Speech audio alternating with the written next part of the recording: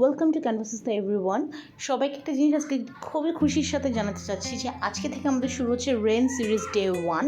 অর্থাৎ আজকে থেকে নেক্সট 4 দিন চেষ্টা করব সবগুলো রেন বেস পেন্টিং আপলোড করার। সো আজকে আমি যেটা ফার্স্টে স্টার্ট করছি ডে 1-এর একটা খুবই সিম্পল পেন্টিং। ফার্স্টে আমি পেন্সিল দিয়ে একটা নর্মাল A4 পেপারে এঁকে নিচ্ছি। সরি ফর দ্য নয়েজ, আসলে চারপাশে অনেক বাচ্চা থাকে। এনিওয়েজ, তো এখন আমি পেন্সিল দিয়ে জাস্ট একটা ছোটো লিভ এঁকে নিলাম এবং হচ্ছে আমি অয়েল পেস্টেল কালার নিচ্ছি। আমার যে নেচারের জন্য কালারগুলো পছন্দ, গ্রিন শেডের, ব্লু শেডের এবং ইয়েলো, এখানে ইউজ হবে হচ্ছে অ্যাশ কালার অর্থাৎ grey colour and white colour খুবই বেশি ইউজ হবে। সো আমি ফার্স্টে খুব বেসিক একটা বেস দিয়ে নিচ্ছি লাইট গ্রিনটা দিয়ে। তাহলে হবে কি, আপনি যখন শেডগুলো ক্রিয়েট করবেন it will look very good. আপনি যে কোনো সময় শেড ক্রিয়েট করার সময় অবশ্যই লাইটটা আগে দিবেন। আর প্লিজ চ্যানেলগুলো সাবস্ক্রাইব করবেন, ভিডিও ভালো লাগলে শেয়ার করবেন। সো আমি লাইট বেসটা দিয়ে দেন একটু ডার্ক গ্রিনে চলে গেছি। ডার্ক গ্রিনটা দিয়ে আমি আস্তে আস্তে করে শেডগুলো দিয়ে নিয়েছি।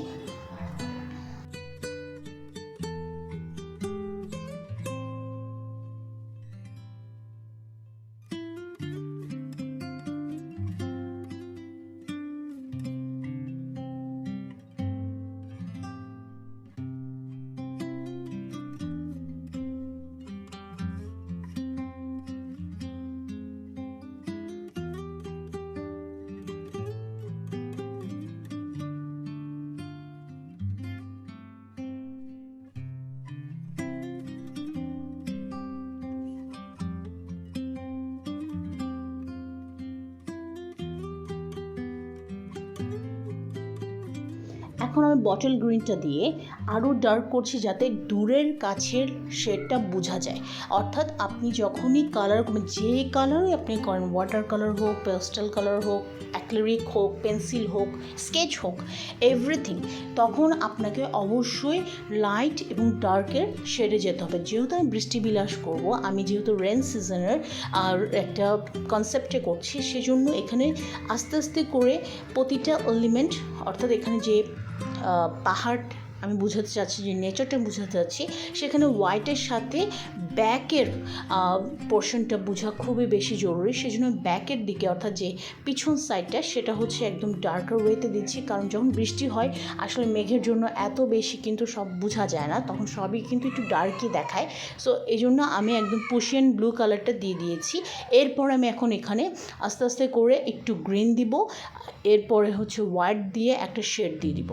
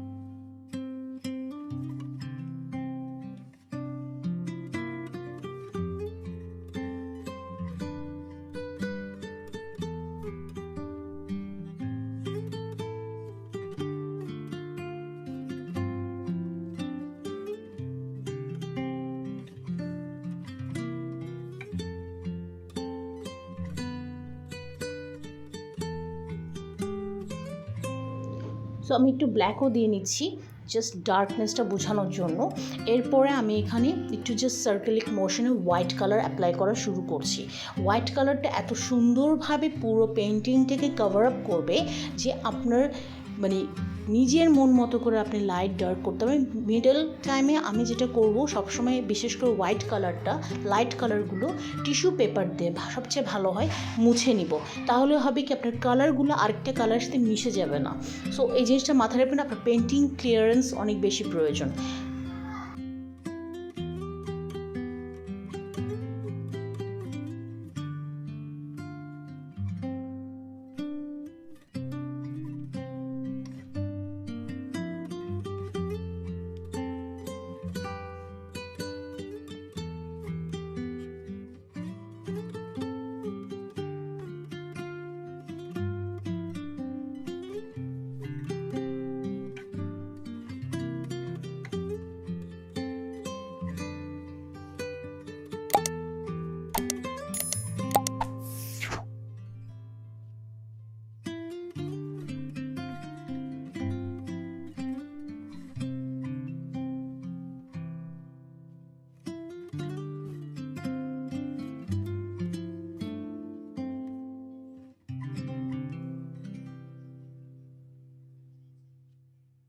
এখন আমি যেটা করছি, এখানে যেহেতু আমি ছোট্ট একটা গাছের পোর্শন আমি বোঝানোর চেষ্টা করেছি, সেই জন্য আমি একটা টিস্যু দিয়ে হাতের নিচে টিস্যুটা রেখেছি। কারণ যখন আমরা পেস্টেল কালার করি, অয়েল পেস্টেল অনেক বেশি রং হাতে লেগে যায়, যার কারণে আমার পেন্টিংটা নষ্ট হয়ে যায়। সো টিস্যুটা দিয়ে যখন আপনি করবেন, আপনার পেন্টিংটা ক্লিন থাকবে, আপনার হাতও ক্লিন থাকবে। সো আমি ফার্স্টে জাস্ট হালকা একটা সাইড দিয়ে গাছের শাখা প্রশাখা বোঝাচ্ছি, এবং এর মাঝে মাঝে আমি বাকি কালারগুলোকে আর একটু ডার্কার শেডে আনার চেষ্টা করছি, যাতে আপনি হিল ট্র্যাক্সের যে ব্যাপারটা এবং রেন ড্রপের যে ব্যাপারগুলো আসবে সেগুলো যাতে বুঝতে পারে।